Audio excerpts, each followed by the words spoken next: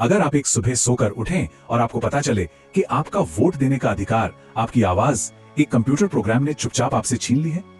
Daily का समाचार की एक बेहद चौंकाने वाली रिपोर्ट के मुताबिक पश्चिम बंगाल में लाखों लोगों के लिए ये डरावना सपना हकीकत बन चुका है।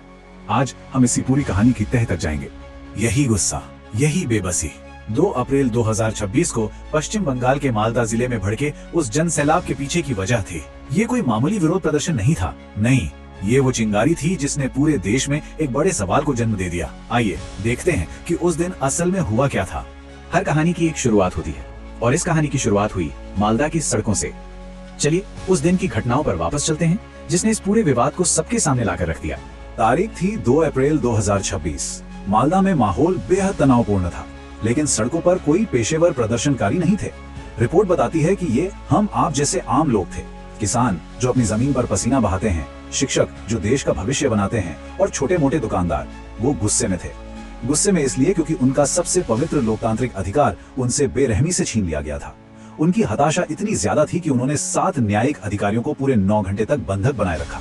तो सवाल ये है कि इतने बड़े पैमाने पर लोगों के मताधिकार को छीनने के पीछे कौन था?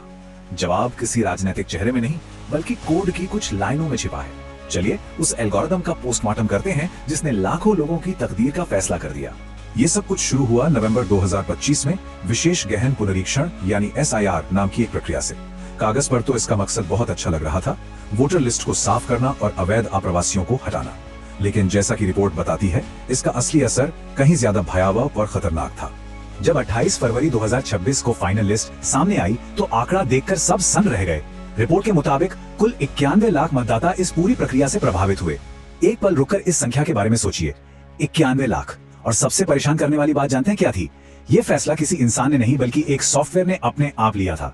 तो ये ताकतवर सॉफ्टवेयर काम कैसे करता था? इसका लॉजिक सुनकर आप हैरान रह जाएंगे। रिपोर्ट के मुताबिक अगर आपके नाम की स्पेलिंग में मोंडल की जगह मंडल जैसी छोटी सी भी गलती है तो आप संदिग्ध हैं। अगर पिता और बेटे की उम्र में 15 साल से कम का अंतर दर्ज है, जो कि अक्सर एक मामूली टाइपिंग की गलती होती है, तो एक और रेड फ्लैग था।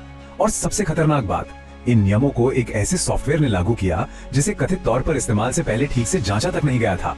इस अंधे एल्गोरिदम का क्रूर असर देखना हो तो मोहम्मद दुलाल अली के मामले को देखिए। एक कारगिल युद्ध के योद्धा, एक इंसान जिसने इस देश की रक्षा के लिए अपनी जान दांव पर लगा दी।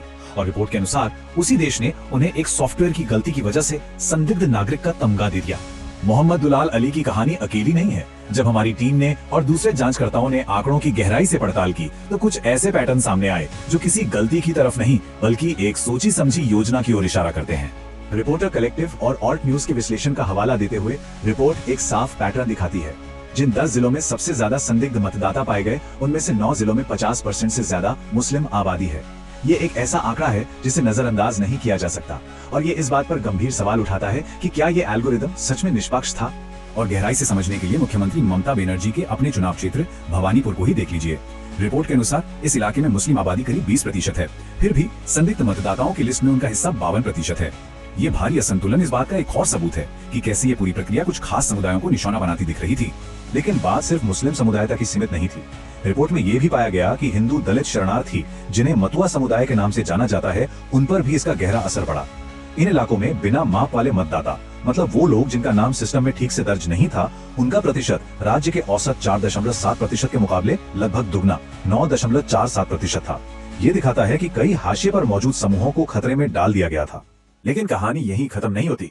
रिपोर्ट में यह भी आरोप है कि जब एक तरफ लाखों लोगों को वोटर लिस्ट से मिटाया जा रहा था, ठीक उसी वक्त एक और परेशान करने वाली प्रक्रिया चल रही थी। नए वोटरों को असामान्य रूप से बड़ी संख्या में जोड़ा जा रहा था।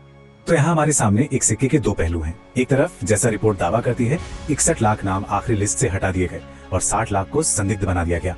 दूसरी तरफ रिपोर्ट में मुख्यमंत्री ममता बनर्जी के हवाले से ये आरोप है कि बीजेपी बिहार और उत्तर प्रदेश जैसे राज्यों से मतदाताओं को बंगाल के लिस्ट में शामिल कर रही है और एक ही दिन में 30,000 नए आवेदन जमा होने की खबरें भी हैं। ये एक दोतरफा चुनावी युद्ध का मैदान लगता है। तो ये सब हमें कहाँ लाकर खड़ा करता है? जब आप इन सभी टुकड़ों को एक साथ जोड़ते हैं, हटाए गए नाम, जोड़े गए नाम, एल्गोरिथम और आंकड़े, तो एक बहुत ही परेशान करने वाली तस्वीर उभरती है। आइए इस जांच के केंद्र में मौजूद टकराव को समझते हैं और आखिर में रिपोर्ट हमें एक परेशान करने वाले संयोग पर सोचने के लिए मजबूर करती है। 2021 के चुनावों में सत्तारूढ़ टीएमसी ने बीजेपी पर करीब 60 लाख वोटों के अंतर से जीत हासिल की थी और आज संदिग्ध सूची में कितने मतदाता हैं? करीब 60 लाख। रिपोर्ट का तर्क है कि लोकतंत्र में इस तरह के संयोग नहीं हुआ करते। पश्चिम बंगाल का ये विवाद सिर्फ एक राजनीतिक कहानी से कहीं बढ़कर है। ये एक चेतावनी है। जब हम किसी अदृश्य एल्गोरिथम को अपना सबसे मौलिक लोकतांत्रिक अधिकार तय करने की ताकत दे देते हैं तो हम एक बहुत ही खतरनाक रास्ते पर चल पड़ते हैं। और ये हमें इस एक अहम सवाल के साथ छोड़ जाता है, जब तकनीक विफल हो जाती है तो लोकतंत्र की रक्षा कौन करेगा। ये सिर्फ बंगाल की लड़ाई नहीं है, ये हमारे समय की लड़ाई है।